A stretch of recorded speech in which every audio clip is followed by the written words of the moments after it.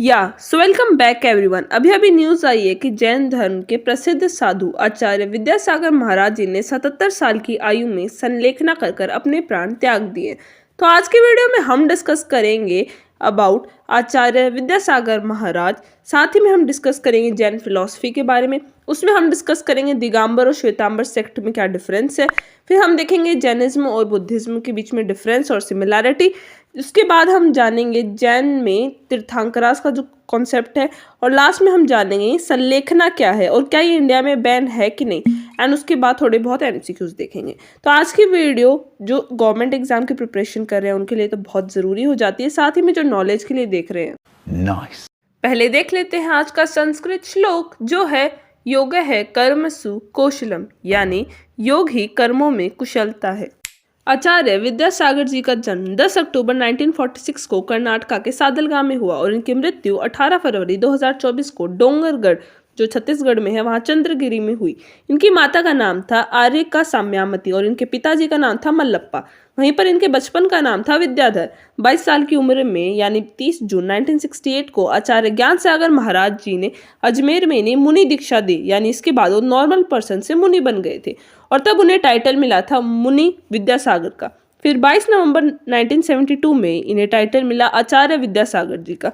और फिर 1973 में जब आचार्य ज्ञान सागर महाराज ने समाधि ले ली थी तो आचार्य विद्यासागर ने सब टेक ओवर कर लिया था और तब उन्हें टाइटल मिला था श्री विद्यासागर जी महाराज का। बात करें इनके व्यक्तित्व की तो ये नॉन वायलेंस यानी अहिंसा, सेल्फ डिसिप्लिन और इक्वानिमिटी यानी समभाव में मानते थे। इनको इनकी स्कॉलरली स्किल्स के लिए जाना जाता था। इन्हें हिंदी, इंग्लिश, संस्कृत, प्राकृत प्लस 8 से ज़्यादा लैंग्वेजेस का ज्ञान था। साथ ही में इन्होंने काफ़ी सारी बुक्स और पोएम्स भी लिखी थी, जिसमें मेन बुक है मूकमती जो पोएम है। एंड इससे कई इंस्टीट्यूट्स में जो हिंदी कोर्सेज का पोस्ट ग्रेजुएशन होता है उसमें पढ़ाया भी जाता है। साथ ही में इन्हें तपस्या और ऑस्टेरिटी के लिए भी जाना जाता था। काफी लंबे वक्त तक ये मेडिटेशन भी किया करते थे। इन सब के अलावा इन्होंने एजुकेशन और सोशल वेलफेयर में काफी प्रमोशन किया है। इन्होंने बुंदेलखंड में काफी स्कूल्स, हॉस्पिटल्स और कम्युनिटी सेंटर्स भी बनवाए। अब काफी समय से बीमार चल रहे थे और इस वजह से इन्होंने संलेखना, जिसे साधु मरण कहा जाता है, उसे प्रैक्टिस किया। अब ये डिटेल में तो हम आगे पढ़ेंगे, लेकिन मेन चीज इसमें यही रहती है कि धीरे धीरे खाना और पानी दोनों छोड़ दिया जाता है और ध्यान लगाया जाता है। फिर 6 फरवरी 2024 को निरियप्पक्का श्रमण मुनि सम्य सागर को इन्होंने अपना उत्तराधिकारी चुना और 18 फरवरी को इन्होंने अपना देह त्याग दिया। अच्छा, एक और बात, आचार्य विद्यासागर दिगंबर सेक्ट को फॉलो करते थे। अब ये क्या है वो जानते हैं और साथ में जैन फिलॉसफी के बारे में जानते हैं। जैनिज्म में स्पिरिचुअल टीचर्स को तीर्थंकरास कहा जाता है। तो टोटल जैनिज्म में 24 तीर्थंकरास थे।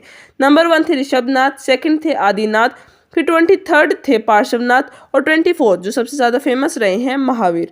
अब एक और चीज, जैनिज्म में सिंबल से हर तीर्थंकरास को डिनोट किया जाता है। जैसे ऋषभनाथ को बुल से डिनोट किया जाता था, पार्श्वनाथ को स्नेक से डिनोट किया जाता था और महावीर को लायन से डिनोट किया जाता था।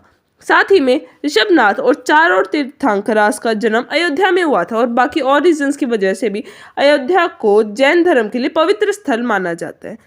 अब बात करते हैं जैन फिलॉसफी के बारे में। नंबर 1, ये बिल्कुल ऐसा नहीं मानते थे कि ब्रह्मांड का कोई सुप्रीम क्रिएटर है या फिर ओनर है। इनका ये मानना था कि यूनिवर्स हमेशा से रहा है, यानी वो इटर्नल है। नंबर 2, ये मानते थे कि जो कुछ भी हो रहा है, ये बर्थ रीबर्थ की जो साइकिल है वो हमारे कर्म की वजह से हुई है। हमारे कर्म की वजह से हमारी जो आत्मा है वो हमारे शरीर से बंधी हुई है। नंबर 3, ये मानते थे कि यूनिवर्स जो है वो 6 द्रव्य यानी सब्सटेंस से बना है, जिनको 2 कैटेगरीज में बांट दिया। अजीव जो है नॉन सोल और एक है जीव जिसको बोलते हैं सोल। अजीव जो है वो 6 में बटा हुआ है, पुद्गल, धर्म, अधर्म, आकाश, काल।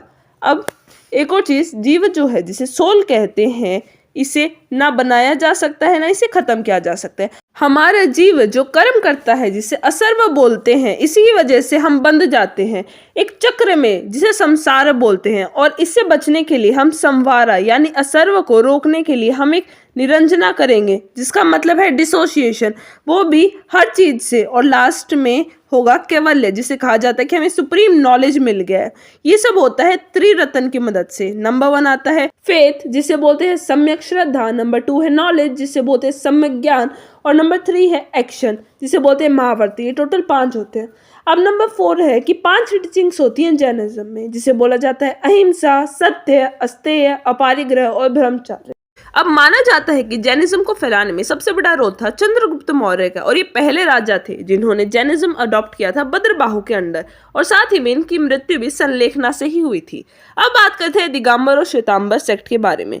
लॉर्ड महावीर की मृत्यु के 200 साल बाद मगध में एक फेमाइन आया था जिसे माना जाता है कि 12 साल रहा था, और उसी टाइम बद्रबाहु जो जैनिज्म के मेन लीडर थे उन्हें बचाने के लिए साउथ में भेज दिया गया था, और जो मगध था उसके लीडर थे स्थूलबाहु। अब दिगंबर बोला इसलिए जाता है क्योंकि इन्हें ओरिजिनल प्रैक्टिस कर रहे थे, और जो मगध में थे वो श्वेतांबर सेक्ट के अंडर आ गए। देखो, जैनिज्म में मानना यह जाता था कि जीव की हत्या नहीं करनी है, तभी जो लोग जैनिज्म फॉलो करते थे वो सिर्फ ट्रेड करते थे, ना वो एग्रीकल्चर कर सकते थे ना ही कुछ और प्रोफेशन कर सकते थे। तभी इनका मानना यह था कि हम कपड़े जो कॉटन और सिल्क से बनते हैं वो भी नहीं पहनेंगे क्योंकि इसमें जीव हत्या होती है, इसलिए कोई कपड़े धारण नहीं करते थे। लेकिन श्वेतांबर सेक्ट वालों ने श्वेत कपड़े यानी व्हाइट कपड़े धारण करना स्टार्ट कर दिया था। इनके अलावा भी इनमें काफी डिफरेंस था। जैसे दिगंबर वाले मानते थे कि फीमेल ना ही तीर्थंकराज बन सकती है ना ही उन्हें सैल्वेशन मिलेगा। इनके मोनास्टिक रूल्स भी काफी रिजिड थे और ये अगम की अथॉरिटी को रिजेक्ट करते थे। पहले जो थे जैन के लिटरेचर थे उन्हें पुराणास बोला जाता था और उसके बाद लिखे गए थे अगम, तो अगम की अथॉरिटी को रिजेक्ट करते थे। वही बात करें श्वेतांबर की, तो पार्श्वनाथ की जितने भी प्रीचिंग्स है उनको फॉलो करते थे। साथ ही में लोग मानते थे कि सैल्वेशन के लिए हमें सिर्फ 4 चीजें फॉलो करनी है, ब्रह्मचर्य फॉलो करने की कोई जरूरत नहीं है। एक और चीजें मानते थे कि 23rd और 24th जो तीर्थंकराज थे उनकी शादी हो चुकी है, लेकिन दिगंबर ऐसा नहीं मानते थे और ये मानते थे कि जो यूनिवर्स है वो 5 इटर्नल सब्सटेंस से बना हुआ है। लास्ट चीजें मानते थे कि फीमेल जो है वो तीर्थंकराज बन सकती, जैसे एग्जाम्पल इन्होंने दिया था मल्लिका जो एक वीमेन तीर्थंकरा थी। अब बात करते हैं जैन काउंसिल की। तो 2 जैन काउंसिल हुई थी। सबसे पहले हुई थी 300 BC में, पाटलिपुत्र में हुई थी। चेयरमैन थे स्थूलबाहु और पैटर्न थे चंद्रगुप्त मौर्य। इसमें पुराणा को रिप्लेस करके 12 अंग लिखे गए थे। सेकंड जैन काउंसिल हुई थी 512 AD में, वल्लभी में हुई थी और उसको करवाने वाले थे ध्रुव सेना फर्स्ट, या जिनको बोल जाता है मैत्रिकाज, और इनके चेयरमैन थे देवर्दी श्रमराणा। इसमें 12 अंग या अगम लिखे गए थे और 12 ही उपंग लिखे गए थे। अब बात करते हैं संलेखना के बारे में। तो ये 2 शब्द से बना है, सत प्लस लेखना, जिसका अर्थ है अकाउंट ऑफ गुडनेस। इसको कई और नाम से भी जाना जाता है जैसे संथरा, साधु मरण, संन्यास मरण, इच्छा मरण। संलेखना की काफी इंपॉर्टेंस मानी जाती है जैनिज्म में, लेकिन कुछ ह्यूमन राइट एक्टिविस्ट मानते हैं कि एक सोशल एविल है। कई बार कई बुजुर्गों को जबरदस्ती संलेखना प्रैक्टिस करवाया जाता है, इसीलिए इसे सती से भी कंपेयर करते हुए राजस्थान हाईकोर्ट में पिटीशन डाली गई थी 2006 में निखिल सोनी के द्वारा। अब इस केस में 2 राइट्स के बीच में कॉन्फ्लिक्ट हुआ था, आर्टिकल 25 जो था फ्रीडम ऑफ रिलीजन और आर्टिकल 21 जो है राइट टू लाइफ, और तब राजस्थान हाईकोर्ट ने इसे बैन कर दिया था। आईपीसी सेक्शन 309 और 306 के चलते इसे क्रिमिनल ऑफेंस डिक्लेयर कर दिया था। फिर जैन मॉन्क्स इस केस को 2015 में सुप्रीम कोर्ट लेकर गए और वहां सुप्रीम कोर्ट ने राजस्थान हाईकोर्ट के इस वर्डिक्ट पर स्टे लगा दिया था, क्योंकि संलेखना आर्टिकल 25 के अंडर जैनिज्म की एक फाउंडेशनल प्रैक्टिस है और हर साल इंडिया में around 240 Jain monks Sallekhana practice करते हैं। So that's for today's video. आपको वीडियो कैसे लगी do tell down in the comment section. और भी कुछ आपको जैनिज्म के बारे में पता हो वो भी बताना। MCQs कवर नहीं कर पाई क्योंकि वीडियो काफ़ी लॉन्ग हो गई थी। नेक्स्ट वीडियो पक्का आएगी जैनिज्म के ऊपर MCQs की। सो that's for today's video. Thanks for watching.